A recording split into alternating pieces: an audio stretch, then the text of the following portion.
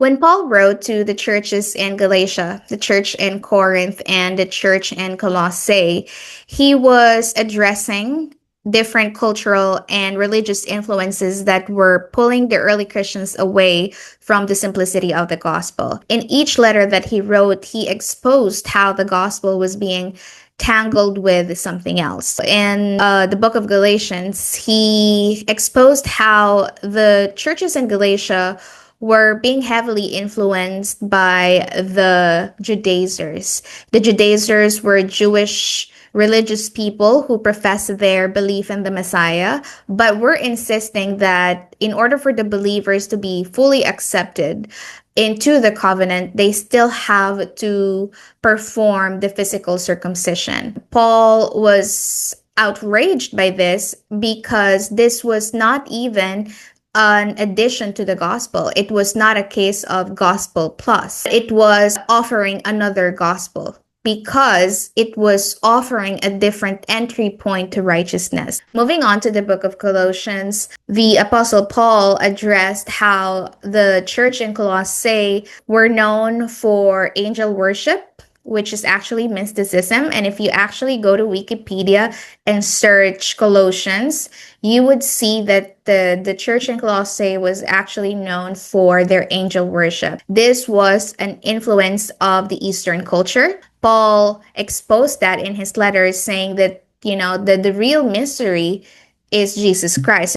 Another point that Paul addressed in the book of Colossians was the Jewish influence. The Jewish were insisting that the early Christians should comply to all these traditions: Sabbath keeping, food, diet, and also holiday. Paul said that, these were just a shadow of that of which is to come. And the reality is already here. It's Jesus Christ. And so none of these things matter anymore. So we call that the foreshadowing. It sounds religious. It sounds good to the ears, pious self-denial. It makes one look self-righteous, but it's not the gospel. They don't have the power to defeat sin.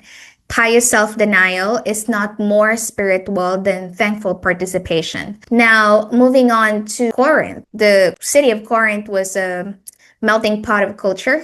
You have the Greeks there, you have the Romans there, you have the Jews there, and you have other foreigners there because it was a good place for trading. This was the reason why the church in Corinth was influenced by so many of these cultures. They have other gods, they have temple worship, they like to chase after great teachers, they like rhetoric, and they like debates. And Paul addressed this. None of these things are important because they don't belong to any teacher, they don't belong to anyone, but they belong to Christ. The church in Corinth was only 3 years old when Paul wrote to them, so they were very young, and so they did hear the gospel, but it was being mixed with all the other influences that were present in their city.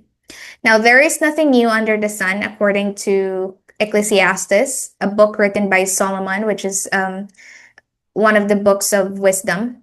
It's a wisdom book. And it's true because all these distortions are actually still alive today.